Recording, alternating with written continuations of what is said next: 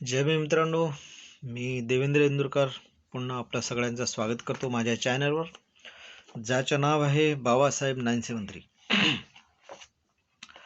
तर आपलं वाचन सुरू आहे बुद्ध आणि धम्माचं, खंड दुसरा, त्याच्यातील भाग दुसरा, त्याच्यातील 7वा प्रकरण. आज आपण पाहूया काय लिहिलं आहे यामध्ये लिहिलेलं आहे. जसं मागच्या प्रकरणामध्ये आपण बघितलं की जे 5 परिवारजक होते त्यांना आपलं प्रवचन देत होते भगवान बुद्ध. प्रवचन संपल्यानंतर त्यांची प्रतिक्रिया काय होती, कोणाची? त्या 5 प्रयोजन. ते काय म्हणतात पहा काय लिहिलं यामध्ये. हा खरोखरच एक नवीन धम्म आहे, ज्याची परिव्राजकांना ताबडतोब जाणीव झाली. जीवनाच्या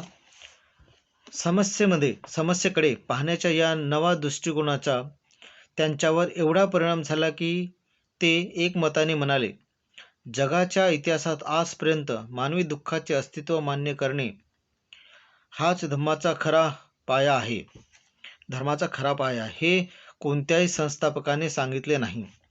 जगाच्या इतिहासात कोणत्याही संस्थापकाने अशी शिकवण दिली नाही की जगातील या दुःखाचा परिहार करणे हाच धर्माचा खरा उद्देश आहे. जगाच्या इतिहासात यापूर्वी कोणीही कधीही मुक्तीचा असा मार्ग सांगितला नाही, जो मूलतः सरळ आणि साधा आहे, अप्राकृतिक आणि अतिमानुषी शक्तीपासून एवढा मुक्त आहे. आत्मा, ईश्वर आणि मरणोत्तर जीवन यावरील श्रद्धेपासून स्वतंत्र आहे. इतकेच नव्हे तर तशा श्रद्धेला विरोध करणारा आहे. असा हा मुक्तीचा मार्ग याआधी कधीही मांडण्यात आला नाही, असे ते 5 प्रयोजक त्यावेळेस म्हणाले. जगाच्या इतिहासात यापूर्वी कोणीही अशा धर्माची योजना पुढे मांडली नाही की ज्यामध्ये दैवी साक्षात्काराला थारा नाही आणि ज्याच्या आज्ञा या ईश्वराच्या आज्ञा नसून त्या माणसाच्या सामाजिक गरजेच्या चिकित्सेपोटी निर्माण झालेल्या आहेत. लक्षात घ्या, हा अत्यंत महत्त्वाचा इथं लिहिलेला आहे. काय म्हणतात? ज्यामध्ये दैवी साक्षात्काराला थारा नाही आणि ज्याच्या आज्ञा ह्या ईश्वराच्या आज्ञा नसून, बरेचसे लोक म्हणजे ईश्वराची आज्ञा नसून त्या माणसाच्या सामाजिक गरजांच्या चिकित्सेपोटी निर्माण झालेल्या आहेत, असा भगवान ते म्हणतात. लक्षात घ्या, लिहिलं इथं बाबासाहेबांनी.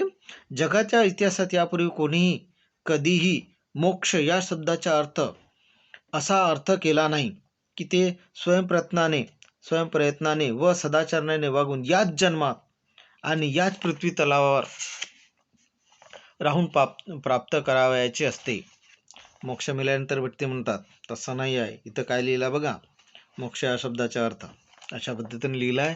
आणि पुढे काय लिहिलेलं आहे, भगवान बुद्धाच्या नव्या सद्धमाचे प्रवचन ऐकल्यावर परिवारजकांना अशाच प्रकारच्या भावना व्यक्त झाल्या.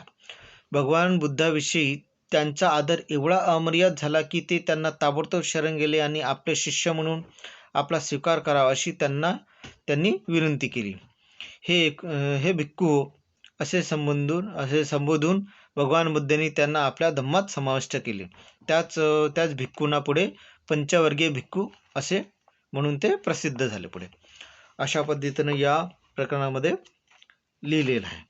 तर बघत राहा माझे चॅनल, सबस्क्राईब करा, लाईक करा, शेअर करा, कमेंट करा. जय भीम.